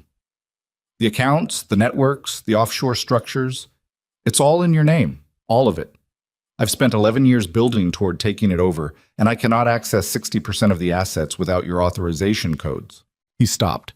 I need you compliant, not dead. So kidnapping my daughter was leverage, Claire said from the chair. Her voice was very clear and very cold. To make him cooperate. Victor didn't look at her. She's not his daughter. Roman went very still. It happened the way significant things sometimes happen. Not with drama, not with warning, but with the quiet, terrible efficiency of a truth arriving at exactly the moment when there is no more room to put it anywhere except directly in front of you. She is, actually, Victor said. His voice had something in it now that Roman couldn't name. Not quite guilt, not quite satisfaction. Something between the two that had no clean word. I've known for 26 years, Vivian's daughter, Roman DeLuca's biological daughter. Dominic Moretti had nothing to do with it. The room went completely silent. Claire's breathing changed, one sharp intake and then the deliberate effort to control what happened next. Her eyes moved to Roman and his moved to hers, and for a moment neither of them could do anything except hold the fact that had just landed in the room between them. Moretti knew Vivian, Victor continued, and his voice was doing the measured thing, the careful thing, the voice from 1,000 meetings. He had leverage over her, but the child was never his. I manipulated the letter, yes. I arranged the separation, yes. But I also let Vivian believe Moretti would tell you the child was his if she stayed, that it would give you a reason to hate her, a reason not to look too closely at the timing. He looked at Roman. You were going to be a father at 25, and I made sure you never knew. Roman took one step toward Victor. Victor raised the gun to eye level. Authorization codes, Victor said. That's all I need. Give me the codes, and I walk out of here, and Claire is free, and you never see me again. Roman looked at the gun.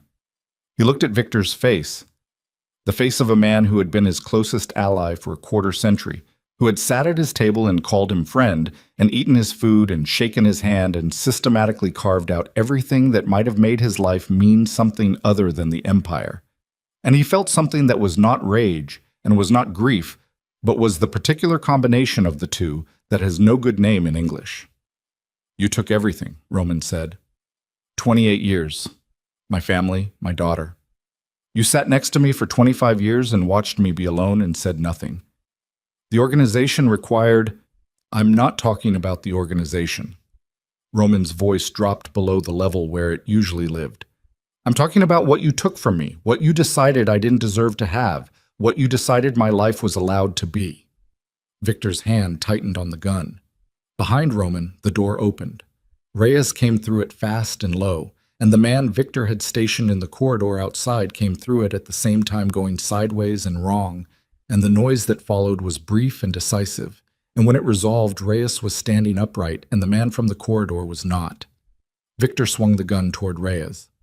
Roman moved. He covered the 6 feet faster than Victor could redirect the aim and got his hand on Victor's wrist and drove it up, and the gun discharged into the ceiling with a crack that rang off every surface in the suite, and plaster dust came down in a white curtain, and Roman had Victor's wrist locked in both hands and drove him back against the window, and the old glass shuddered in its frame. Victor was 64 and not in the condition he'd once been, and Roman was 61 and was, regardless of what the years had taken from other things, still the man who had survived 4 attempts on his life and a warehouse in Newark, and 28 years of a specific grief that had kept him hard in the places where other men went soft. He got the gun. He stepped back. Victor slumped against the window frame, breathing hard, one hand pressed to his wrist. He looked at Roman with the gun now in Roman's hand, and his face did something complicated that Roman couldn't fully read and wasn't sure he wanted to. I have information, Victor said. His breath was labored. Names, the people I've been feeding to, the full network, everything they have, everywhere they're positioned. He looked at Roman directly. You let me walk out of here, I give you everything, every name, every account, every operation. You can dismantle the whole thing. Roman looked at him. Or you shoot me, Victor said, and you spend the next 5 years hunting them blind. Reyes was at Roman's left, waiting. Claire was on her feet, the plastic ties cut. Daniel had come through the door somewhere behind Reyes and had her by the arm, and she was letting him because she was looking at Roman and the gun and Victor with the focused and shattered expression of someone whose world has just been measured and found to be a completely different size than they thought. Roman looked at the gun in his hand. He looked at Victor. He thought about 28 years. He thought about a letter on a kitchen table that said 2 sentences that were lies. He thought about a woman in a green dress at a benefit for some arts organization that he could no longer name, who had told him within 8 minutes that he had the face of someone waiting for a conversation worth having. He thought about a child he had never known existed, who had gone to her own wedding in a white dress and been taken from her bed in the dark, who had his daughter's bone structure and her mother's eyes, and had asked him at 4 a.m. with perfect clarity how they were going to stop this. He lowered the gun. Talk, he said. And Victor Sorin, who had spent 25 years being the most careful man in the room, began to talk as if he'd been holding his breath for all of them. Victor talked for 4 hours. He talked in the 3rd-floor suite of the Del Mar, with the morning light moving across the floor as the sun climbed, and Roman sat in the chair across from him. And Reyes stood at the door, and Marco arrived at the 90-minute mark and set up a recording device on the table between them without ceremony. Victor looked at the recording device and said nothing about it and kept talking. He gave them names. 41 names across 6 states, with organizational positions and account numbers and the specific details of how the network had been rebuilt after Dominic Moretti's death. Not as a traditional syndicate, but as something that had learned to look like legitimate business from the outside, with shell companies and investment vehicles and a nonprofit structure in Delaware that had been processing money for 8 years without triggering a single audit. He gave them the names of 2 federal officials who had been accommodating. He gave them the location of a server cluster in New Jersey that contained 11 years of communications. He gave them the account information for 37 offshore structures, 9 of which were held in Roman's name without Roman's knowledge. Roman sat and listened and did not speak except to ask clarifying questions. And each question was precise and quiet, and Victor answered them the way a man answers questions when he has made a decision and is committed to it, completely, without hedging, with the particular relief of someone putting down a weight they've been carrying past the point where it made sense to carry it. When it was over, when Victor had been quiet for several minutes, and Marco had checked that the recording was complete, and Reyes had confirmed that Benedetti's people had secured the building fully, Roman stood up. He looked at Victor for a long moment. The 2 federal officials, Roman said, I want sworn statements from them by the end of the week. You'll have them, Victor said. The server cluster in New Jersey needs to be accessible before anyone else gets to it. Give Marco the access credentials now. Victor wrote them on a piece of paper Marco provided and handed it across the table. And the 9 accounts in my name, Roman said. Transfer authorization revoked as of today. I'll have my people handle the unwinding. He paused. If anything you've told us turns out to be incomplete or misleading, it isn't, Victor said. If it is, Roman continued, as if Victor hadn't spoken, the arrangement we're operating under ends. Do you understand what I mean by that? Victor looked up. He was gray around the edges, exhausted, diminished, the architecture of who he had presented himself as, for 25 years visibly unsupported now that he'd stopped holding it up. I understand, he said. Roman left the room. He went down the corridor and found the stairwell and went down 2 flights and out through a side exit into the California morning. And he stood in the dead grass outside the Del Mar Casino with the sun on his face and the hills visible in every direction and the smell of dry earth and something faintly chemical from the building's long vacancy. And he breathed, just breathed, in and out. The way you breathe when you've been in a pressurized space for a long time and you've finally gotten outside and your lungs are reminding you that they are capable of more than the shallow maintenance level they've been running on. He stood there for perhaps 2 minutes. Then he went to find his daughter. Claire and Daniel were in the parking structure, seated on the concrete barrier at the edge of the second level, with the morning spread out in front of them. The hills, the dead grass, two of Benedetti's vehicles at the base of the structure's ramp. Daniel had his arm around his wife, and Claire was leaning into him with her eyes open, watching the distance. She heard Roman coming and straightened slightly, but didn't pull away from Daniel. Roman stopped 10 feet from them. He was aware, with the specific acuity of someone whose adrenaline had just finished draining, of the inadequacy of the moment.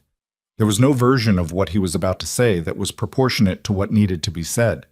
There was no sentence that covered 27 years of absence that had not been his choice or hers. "Victor told me," he said. Claire looked at him. Her face was steady, but there were shadows under her eyes, and a small cut on her forearm from the plastic ties that someone had cleaned and taped with supplies from the first aid kit Reyes carried. She had borrowed a jacket from one of Benedetti's men, and it was 3 sizes too large, and she was wearing it anyway. "My mother knew," she said. It wasn't a question. "Yes." "She knew you were my father." "Yes." Claire was quiet for a moment. Daniel's hand moved slightly on her shoulder. Not pulling, not pushing, just present. "How long has she known that Victor knew?" "She didn't," Roman said. "She believed what Victor arranged for her to believe, that your father was Moretti, that she had to protect you from his world." He stopped. "She spent 27 years protecting you from the wrong threat." Something moved across Claire's face, something complicated and private that she processed quickly and stored somewhere he wasn't going to be able to see. "She protected me from every threat," Claire said. "She just didn't know which one was real." "No." "She did it alone." "Yes." Claire looked at him. "Where is she?" "In one of the vehicles. She's—" He paused. "She doesn't know yet about what Victor told us. About you." Claire stood up from the concrete barrier. She was almost his height. She stood in the parking structure in a borrowed jacket and a wedding dress that had been through the worst day of its existence, and she looked at Roman DeLuca with her mother's eyes and his own jawline and 27 years of a life he hadn't been part of, and she said, "You should tell her with me there." Roman looked at her. "Are you sure?" "No," she said, "but do it anyway." Vivian was in the rear vehicle with Caruso outside. She had her hands folded in her lap, and she was looking at nothing in particular when the door opened and Roman got in on one side and Claire got in on the other, and the 3 of them sat in the back seat of a black SUV in the parking structure of an abandoned casino in Sonoma County, and the silence lasted about 4 seconds before Vivian looked at her daughter's face and understood that something had changed. "Tell me," Vivian said. Roman told her. He told it plainly, without softening the edges. Victor's confession, the full scope of the manipulation, the fact that Dominic Moretti had not been Claire's father and had never been relevant to Claire's existence, except as a weapon Victor had used to keep Vivian running and afraid. He told her about the forged letter. He told her that the 2 sentences she had spent 28 years carrying as the thing that had saved him were sentences she had never written. Vivian listened without moving. Her hands stayed folded in her lap. Her breathing was controlled and even, and only once, near the middle of it, did she close her eyes briefly. One long blink, the kind that happens when something lands somewhere deep and the body needs a moment to absorb the impact. When he finished, she was quiet for a long time. "He told me Dominic knew," she said finally. Her voice was very careful. "Specifically, precisely. He told me that Dominic had run a paternity analysis through a contact at the hospital. He gave me details, names. He made it real." She stopped. "I believed him because it was specific, because vague threats you can push back against, but specific ones have a weight to them." "Victor was always specific," Roman said. "It was his best skill." "I ran," Vivian said, "for 27 years. I kept Claire hidden from a world she was never actually in danger from." She looked at her hands. I kept her from you for 27 years because of a lie that a man told me in a parking garage in Philadelphia. Claire reached over and put her hand over her mother's folded hands. Just put it there, flat and warm, without saying anything. Vivian looked down at it. Mom, Claire said, quietly, the single word doing the work that nothing more elaborate could do. Vivian turned her hand over and held her daughter's and did not cry, because she was Vivian Hart, and she did not cry in front of people, not even the people who had earned the right to see it. But something in her face shifted and settled, the way a structure settles when the thing that has been stressing it is finally removed. She looked at Roman. I'm sorry, she said. Don't, Roman said. Roman, we were both managed, both of us. He held her gaze. There is nothing to be sorry for between us. Vivian looked at him for a long moment. 28 years, she said. I know.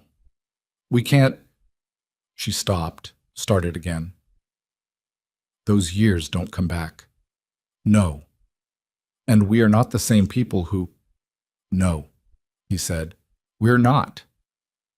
She looked at him, and he looked at her, and Claire sat between them and said nothing, which was the right thing to do. And the morning light came through the tinted windows at an angle that made everything look slightly more bearable than it was. Okay, Vivian said finally, the same word he had said to her the night before, the word that meant, I have received the thing you gave me, and I am deciding what to do with it. Roman nodded. The next 6 weeks were the hardest administrative work Roman had done in 30 years of doing hard administrative work. The federal officials whose names Victor had provided were approached through channels that kept Roman's name at a distance and produced the sworn statements he had demanded within 5 days. Both of them understanding, with the clarity of men who have just seen their options contracted dramatically, that cooperation was the only remaining path that didn't end in a federal penitentiary. The server cluster in New Jersey was accessed and its contents turned over to a federal task force through an anonymous source that the task force did not look too hard at, because the contents were comprehensive enough that looking too hard at the source would only have complicated a case that was otherwise clean. The 41 names Victor had provided led to 41 arrests across 6 states over the following month, dismantling the rebuilt network before it had achieved the critical mass it needed to be genuinely dangerous. The nonprofit in Delaware was audited and shuttered. The shell companies were unwound. The 9 offshore accounts held in Roman's name were transferred to a legal trust administered by an attorney. Roman had used for 20 years, who was one of perhaps 4 people in his professional life. He was now confident had never been managed by Victor. Roman dissolved the DeLuca organization in the same period. Not dramatically. Not all at once. He did it the way you do something irreversible that you have decided to do. Methodically, thoroughly, without announcing it publicly, because there was no public announcement that wouldn't create its own problems. He transferred legitimate assets to legitimate structures. He severed relationships that had depended on the illegal ones. He paid what needed to be paid to people who had served him honestly and deserved better than to be left standing in the rubble of an organization that was ending. Reyes he kept. Not in any organizational capacity. There was no organization left to have a capacity in, but he told Reyes that if Reyes needed work, Roman would find work for him. And Reyes said he had some things he'd been thinking about trying, and Roman said good, and they shook hands, and it was not a sad conversation, but it was a heavy one. Marco was the last. They had dinner in San Francisco, at a restaurant Roman had been eating at for 20 years, and now would probably not come back to. Marco ordered the same thing he always ordered. They ate and talked about inconsequential things. A basketball game, a restaurant that had closed in New York, a piece of news from overseas that didn't affect either of them directly. It was only at the end, with the table cleared and the wine almost done, that Marco said, "You're sure about this?" "Yes," Roman said. "The whole thing. All of it. All of it." Marco looked at his wine glass. 25 years I've been with you. Victor was there longer, but I was there longer than anyone who wasn't a traitor. I want credit for that distinction." "You have the credit," Roman said. "You have all of it." "What are you going to do?" Roman considered the question seriously. "I don't know yet." Something that isn't this. He looked around the restaurant, the other tables, the people having ordinary evenings, the sommelier moving through the room with the focused grace of someone whose entire professional competence was about making things easier for other people. I've been this for 35 years. I'd like to see what else there is. And Vivian? Roman was quiet for a moment. That's her decision. She's in Portland. I know where she is. Have you called her? We've spoken, Roman said. He didn't elaborate because Marco's expression indicated he had registered everything that needed to be registered and further elaboration was not required. Marco raised his glass. To not getting killed. To not getting killed, Roman said. They drank. Pepch. Victor Sorin entered federal custody 7 weeks after the morning at the Del Mar Casino. He entered it voluntarily, through the arrangement that Roman's attorney had negotiated, with full cooperation status and a reduced charge profile that would nonetheless result in a sentence that a 64-year-old man in poor health would not complete. He signed the cooperation agreement in a room with 4 lawyers and 2 federal agents, and the expression of a man who had stopped fighting something and was now simply moving in the direction gravity was pulling him. Roman was not present.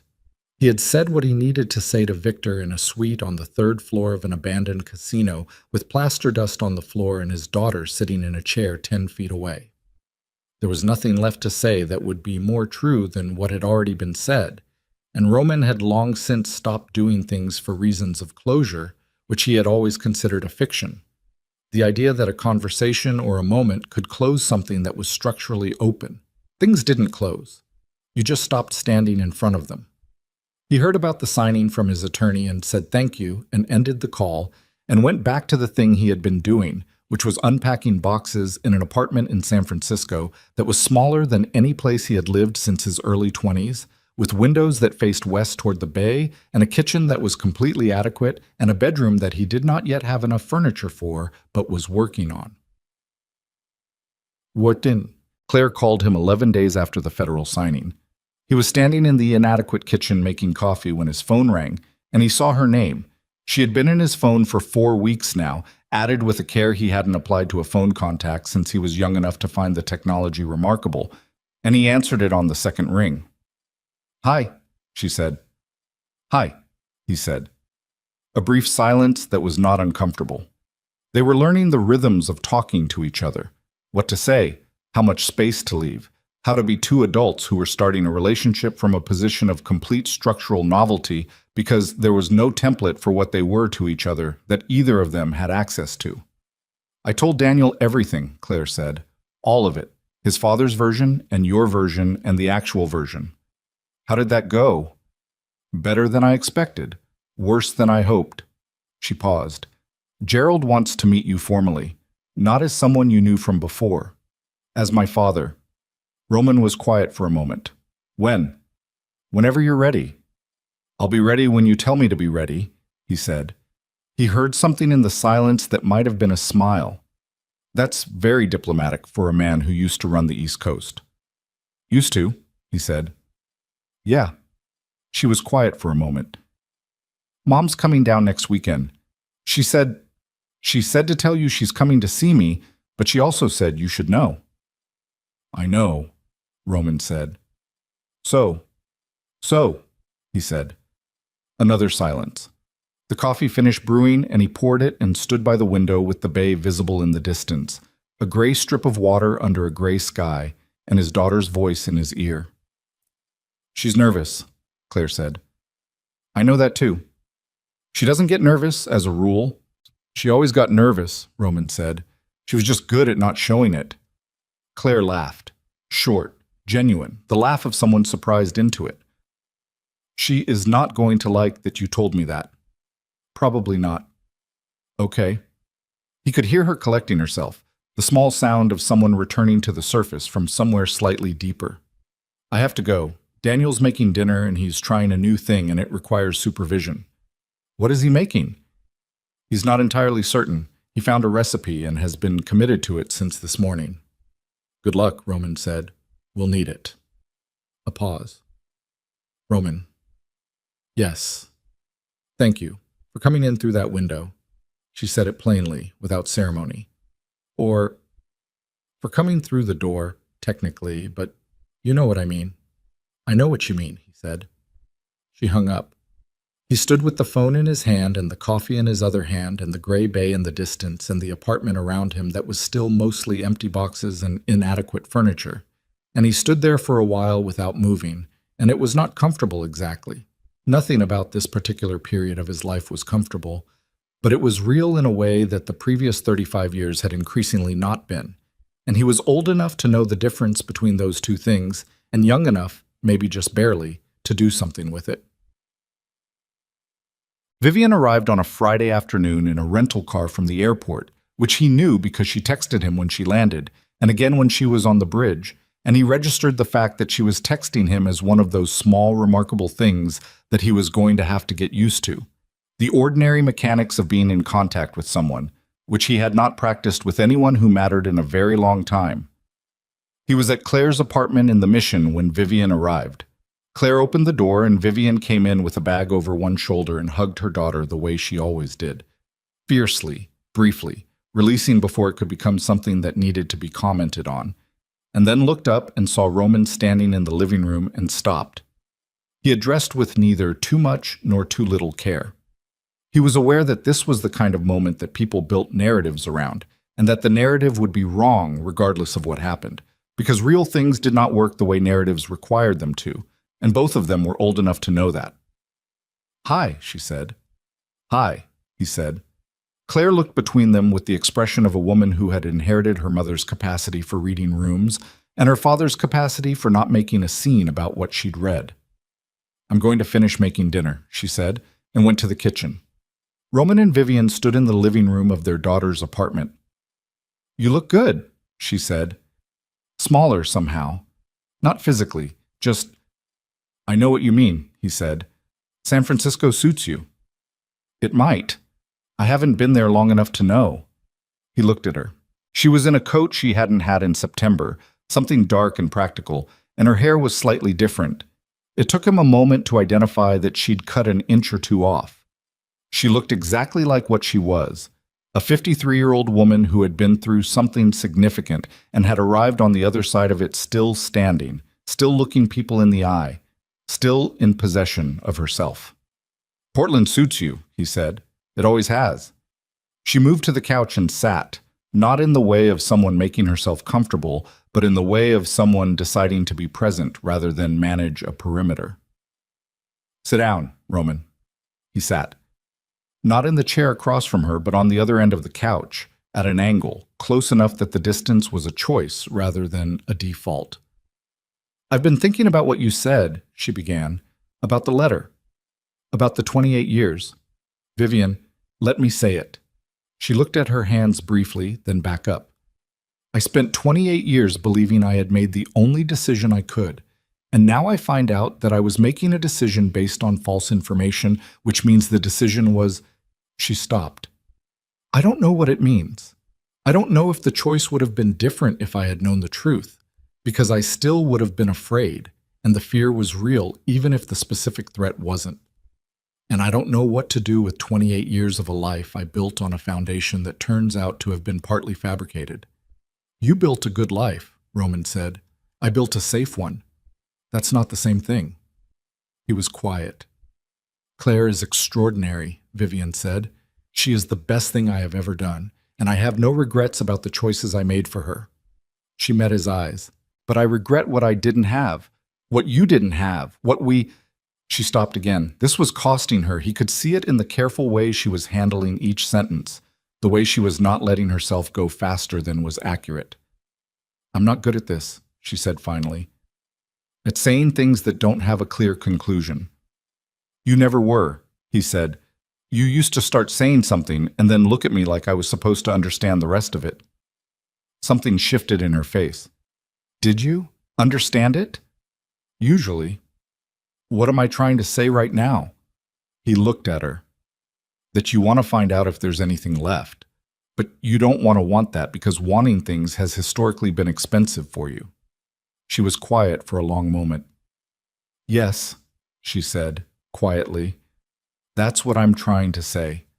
Roman looked at his own hands and then at the window and then at Vivian. I dissolved the organization, he said. All of it. The whole structure. I'm 61 years old and I live in a half-empty apartment in San Francisco, and I have no clear sense of what comes next. He paused. That's not a pitch. It's just accurate information. I know. Claire told me. She tells you everything. She tells me most things. She's thoughtful about what she keeps private. Vivian's hands were in her lap and still, but her eyes were not still. They were doing what they had always done, reading him with a directness that was not aggressive and not warm exactly, but was deeply attentive, the kind of attention that meant you were being seen rather than observed. You could come to Portland, she said. Roman looked at her. Not to... She made a small gesture. Not with any particular expectation, just, you could come to Portland. I could show you the projects I'm working on. You could see where I've been. She looked at her hands. We've spent 28 years apart, and 3 days in crisis and about 45 minutes of something else. That's not enough information. No, he said, it isn't.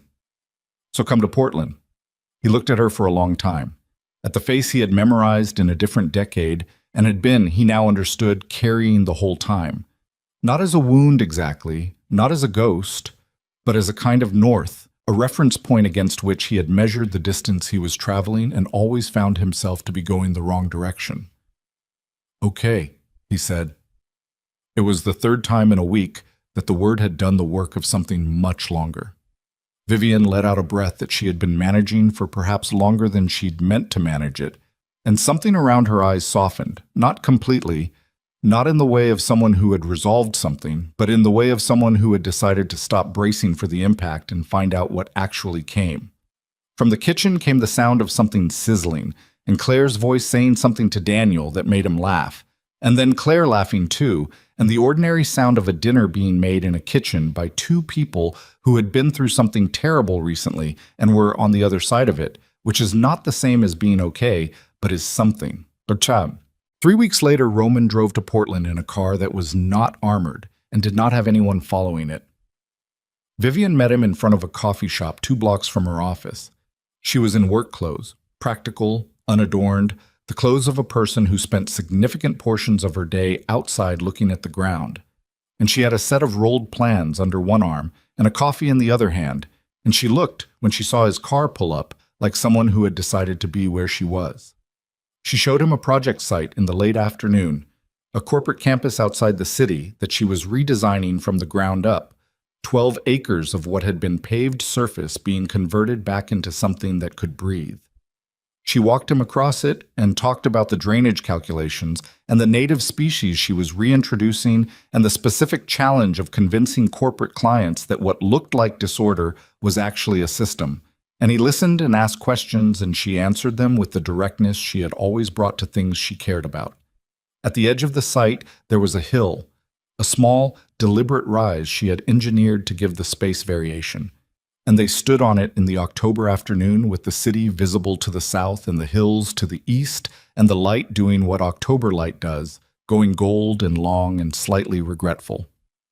It'll take 4 years to look right, she said. Once the native grasses establish. Right now it looks like nothing. I can see what it's going to be, he said. She looked at him sideways. Can you? Yes. He was not talking only about the landscape. He thought she knew that. He thought that was probably all right. They stood on the hill in the October light and did not say anything for a while, which was something neither of them had been able to do with anyone else in a very long time. Stand quietly in the presence of another person without managing the silence, without filling it, without needing it to be something other than what it was. The sun went further down. The city's lights began to come on in the distance, one and then another, and then too many to count individually, just the gathered glow of people going about their evenings, which was unremarkable and also, from a certain distance, in a certain light, not nothing. I owe you nothing simple, Vivian said finally. I know. And you owe me the same. I know. Whatever this is, she said, it's going to be difficult. I'm not easy to live near. I have opinions about most things, and I've been alone long enough that I've stopped apologizing for them. I've met you, he said. I know who you are. You knew who I was at 25, People don't change as much as they think they do. She was quiet for a moment.